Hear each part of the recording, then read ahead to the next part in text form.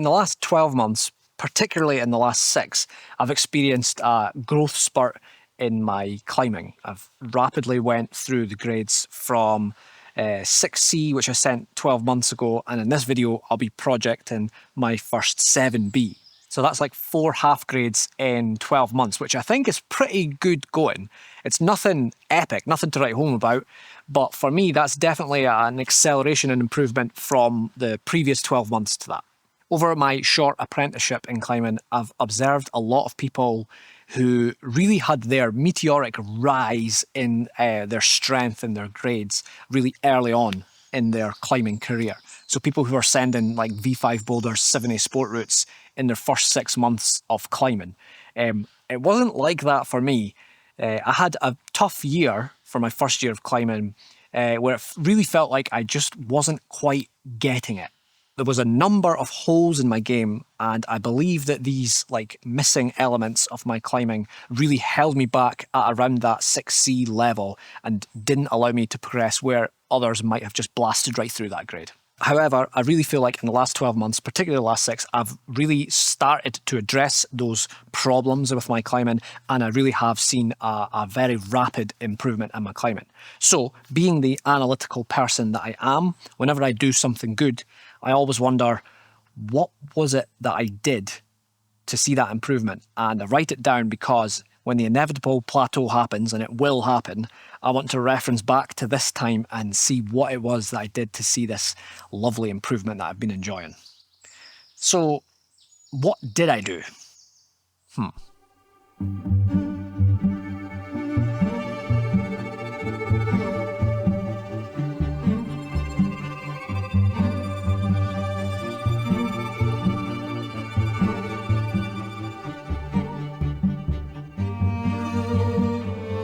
This 7B I'm working on is called Get Off My Land, and it's at a crag called Balgonhughes in North Berwick. The route starts off quite hard. There's quite a hard Font 6A boulder straight off the ground.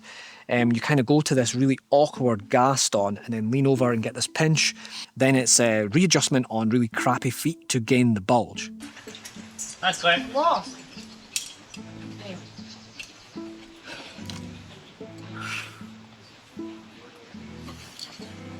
Watch me here, Toes.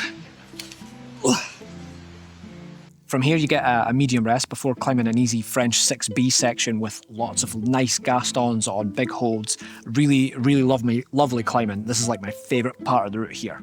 After that 6B section you get into a huge side pull where you can get another medium rest before attacking the crux. And on this one there is a definite crux.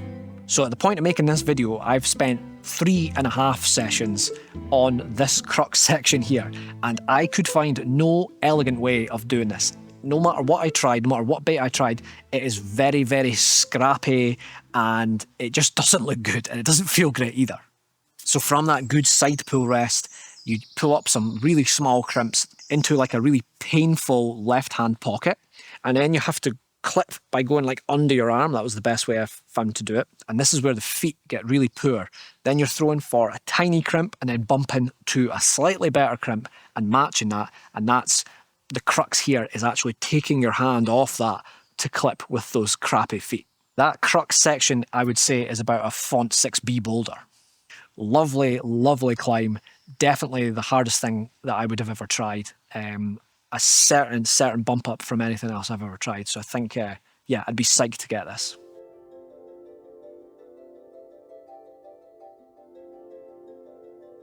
I believe that there was a few components about my climbing that were actually at around the 7B level before this, but there was just a couple of different things that just really, really hampered me and meant that no matter how much better or fitter or stronger I could get, I just could not progress past sort of about 6C. That's where I hit like a sort of ceiling.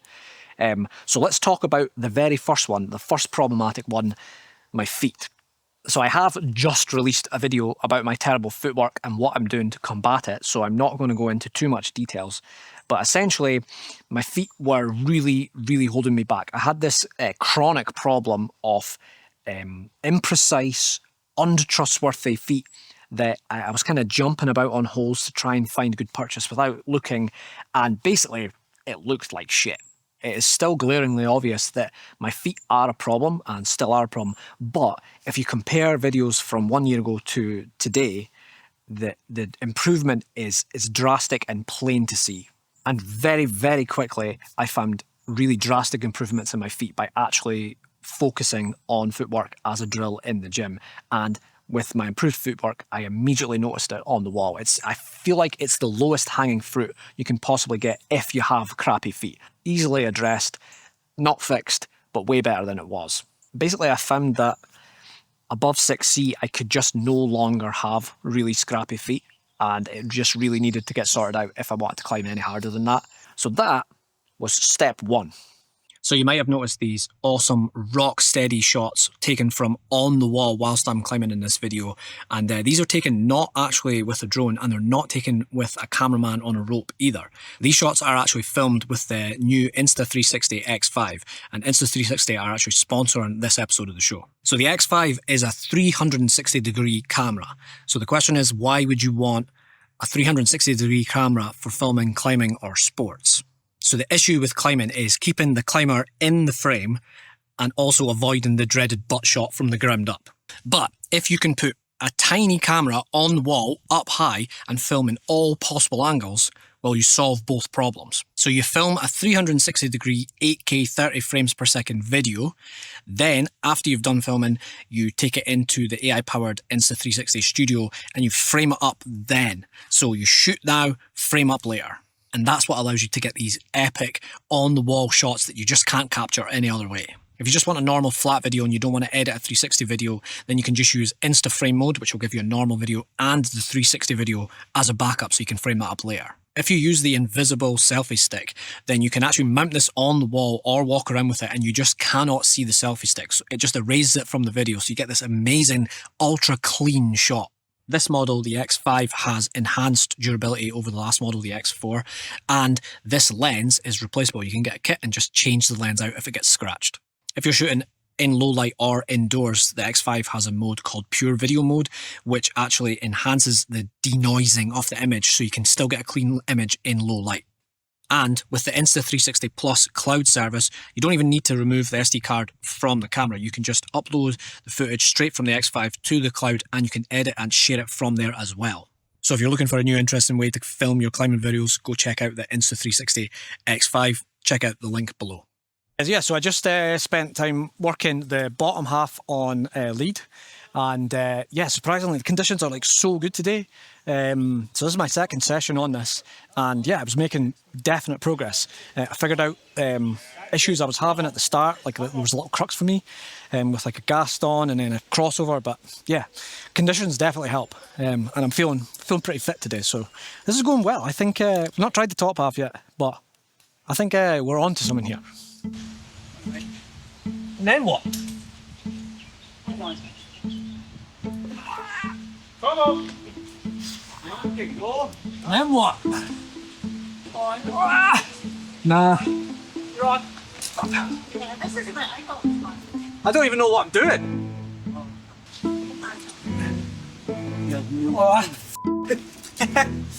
Nah. Nah. Nah, I'm off. Yep. Just come on. Yes, here we go. Come on. Come on, man. Good, mate. That's it. There we go. Get into that groove. Use the feet. You can do this. Use the feet. Come on, loads of it. Yes, come on. Put the feet in there, bud. Hold the feet. Come on. Well done.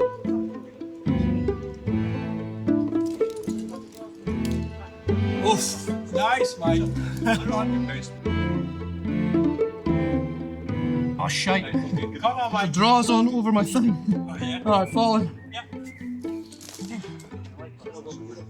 The draw's over the hold. Oh, yeah? Yeah. Alright, here's the beta for mounting this camera. So, beaner in a bolt, and then hook it around the back of this little tripod. So it sits like that, and then extend this as far as it'll go. But for top-down shots, this is the beta. Beaner on a bolt will extend the little tripod. fantastic. The second thing I improved that I feel made a huge noticeable difference on the wall was improving my core strength.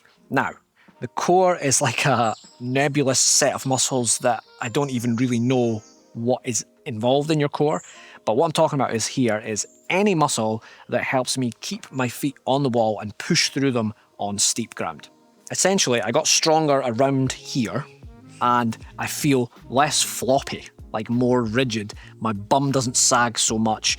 But the most beneficial thing I've gained with a little bit of core strength is just being able to move more slowly and more static and more precisely on the wall rather than having to lunge for things. I noticed that when I got on the wall after like 3 weeks, and I was like, my fingers aren't stronger, my biceps aren't stronger, but something is stronger. It's difficult to like quantify what it is that's stronger, but I think it is my core. Like I just felt closer to the wall and tighter.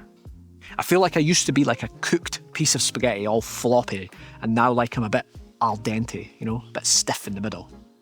So you're probably wondering what I did to train my core, and I'm almost embarrassed to say that the entire training program was just moonboarding once a week. I never did any like sit-ups or oblique exercises or any abdominal exercises at all. I just did moonboarding, and I found that the day after moonboarding, especially when I was new to it, my like core around the sides and the upper abdominals were just sore.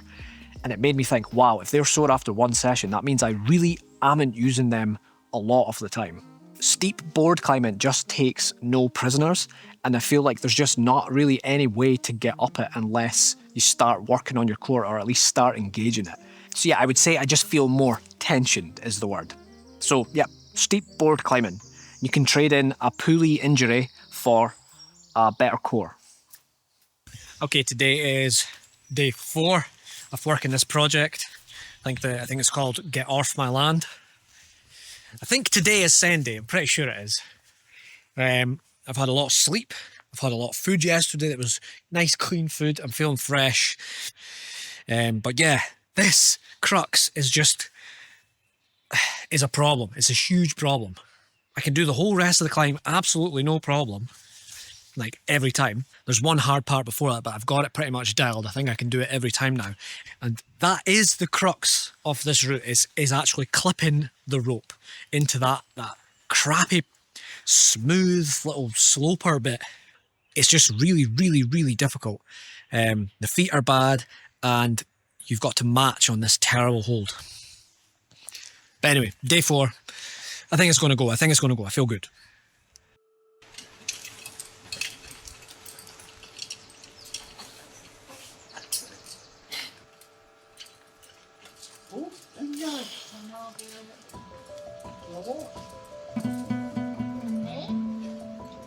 That's right.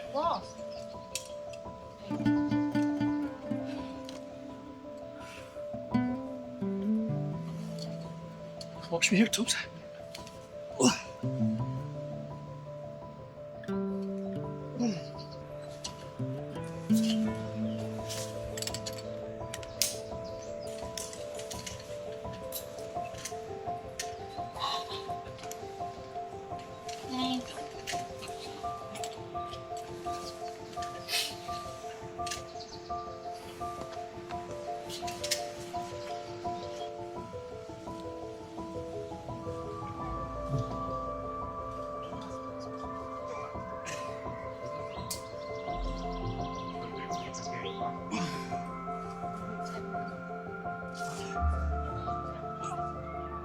Come on, mate.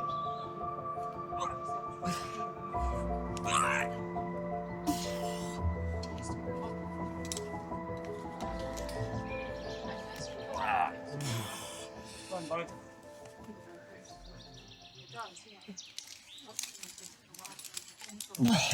Oh my god. It's so hard. Like, this is so bad. This thumb hook is terrible. And then this and this foot, everything's just bad.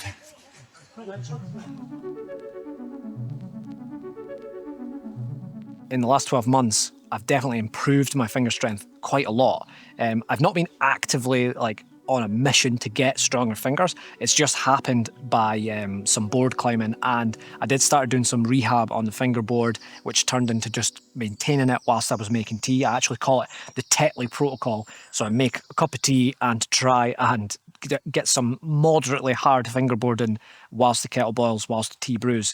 And I've been doing that for quite a few months now. I've actually got the data here. So in 6 months, I've added 10 kilograms to my max hang on the 20mm edge, which I think in 6 months is actually pretty good going. When I'm actually climbing, I don't feel like that much stronger. It's not like having a stronger core or better footwork. It's actually more difficult to tell. What I have noticed though is when I'm tired at the top of a sport route, small holds are still like usable. So even though I'm gassed, I'm totally pumped out my mind with my arms, I feel like my finger strength is actually still at a level that allows me to climb reasonably hard when I'm pumped. So it doesn't feel like, on the wall, it doesn't feel like raw finger strength is that much better, but finger fitness feels better, if that makes sense. What I've noticed is as you go up the grades is not necessarily holds getting smaller, but just the relentlessness of the climb increases. So there's less rests, there's more kind of okay holds, and you kind of have to learn to rest on okay holds. And that's where I feel like just raw, pure finger strength comes into its own, because I just feel like I can actually have a rest on something that a year ago would be like an absolutely no rest zone. Here I can hold on something that's kind of crap and get a little mini shake out here. Because I'm still quite a sloppy climber, I need quite a big margin in like fitness and finger strength, because I just always will make some sort of mistake on the route. And I feel like just having just a little margin on the finger strength allows me to just mess up a little bit more and still get away with it. And that little margin allows a big jump in your grades.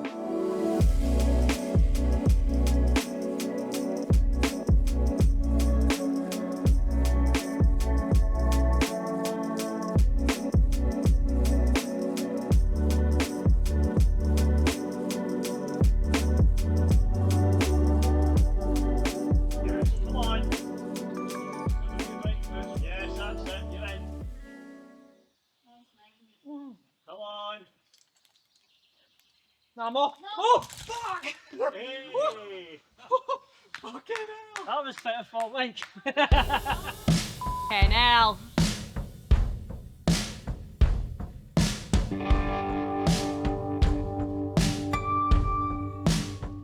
So footwork, core strength and finger strength have allowed me to, I feel, perform better on the wall, or at least boulder harder. Like my bouldering standard is higher, which allows me to climb harder sport grades. But with sport climbing, there was one horribly obvious bottleneck that was causing problems. And essentially, you just cannot climb at the absolute limit if you're really afraid of falling. And this is a much harder problem for me anyway to combat versus something I can just train for, because it's quite hard to train to just get better at fear. In a nutshell, I found that taking my own path here was the way forward. Like taking lead falls indoors, totally unhelpful for me. Top roping the route for ages, and so it's so dialed, not helpful at all.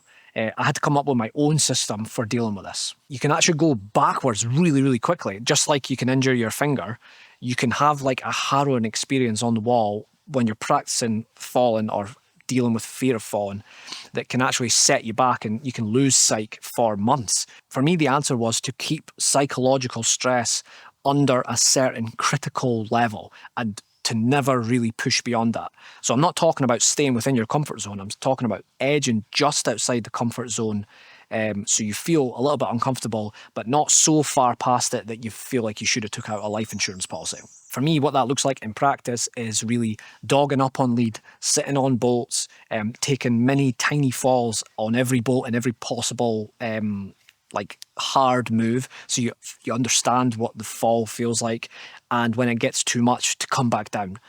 So never to just grit your teeth and just get through it, because when you do fall like that, physically you're okay, but emotionally and psychologically you can be like hurt from that, and it just messes with your psyche. I found that if you're consistent with this idea where you're pushing outside the comfort zone momentarily, just a little bit, and you're not edging into the red zone where you're terrified, I feel like if you keep that up for 6 months straight and you avoid those horrible feelings, harrowing experiences, then you actually get to a point where falling really is not that big a deal anymore. What's really important is the consistency of like just slightly uncomfortable, but not too much for like long periods of time, 6 months. I found that whips are just never really a pleasant thing.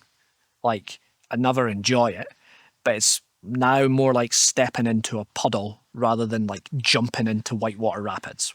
The point I'm trying to make is not to follow what I'm doing at all, but is to come up with your own system that works for you, like a system that you can actually use when you feel crap. You know, when you start feeling scared and you don't want to go on lead, come up with a system that you can use consistently over a period of months to get back to where you want to be with your lead climbing. I think one of the worst things you can do is, or the worst thing I did, was just go out with someone who is really experienced and just do what they say and just take massive whips when you don't really want to, and it just doesn't feel good. You need to trick your brain into thinking that this is going to be okay, and it's your brain, so only you know how to do it. Having said all that, just recently I found an even more potent way of getting over fear, which is just hard projecting. I found that if there's a route that I really, really, really want, I just do not have a fear of falling at all, because the goal of the send eclipses the fear by 10 times. So clipping is really just this inconvenient thing that I have to do in order to send. It's not really like I have to clip to survive. Like on this 7B I'm working on, I took some massive falls, like the biggest I've ever done, and I wasn't phased at all. And that's not because I've become some sort of really ultra bold climber. It's just because on this particular route, on that particular day, I was really hungry for the send. If you do find a project that inspires you, I think you'll find that the fear of falling is sort of dampened at least a little bit. So give it a go.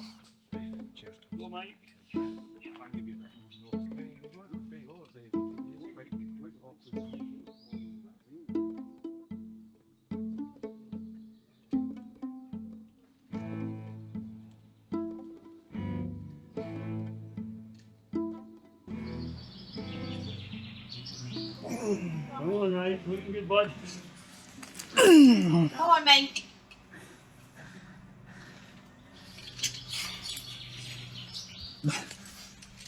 Come on, dude. Good. Yeah, looking good.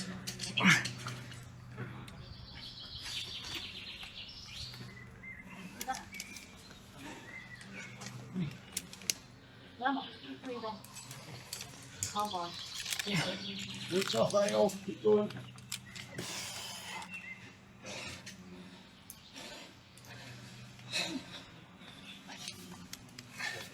Come on, mate. That's it. Keep going.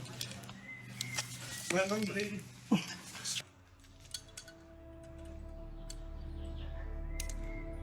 Oh, I've done it. Fucking done it. Good stuff. Oh, brilliant. It wasn't even hard. Wasn't even hard. It wasn't even hard. Yes. Woo! Hey. Oh. Oh. Yes. There we go. First 7A red point. I don't know. I was just locked in there. I don't feel like I made a single mistake. And like halfway up I was feeling really, really fresh. And that difficult clip I was having trouble with, my hand just landed on the exact right position. Oh, psyched. So psyched. That was 4 sessions, 4 really, really hard sessions. And last night I didn't even sleep, I was just dreaming about it all night. So good to get this end. Yes! Yes! As always, I hope you guys enjoyed this one. Subscribe if you're enjoying this content. Thanks to Insta360 for supporting this episode. You can check out the new X5 by following the link in the description or scanning the QR code on screen now. I'll catch you all next week. Peace.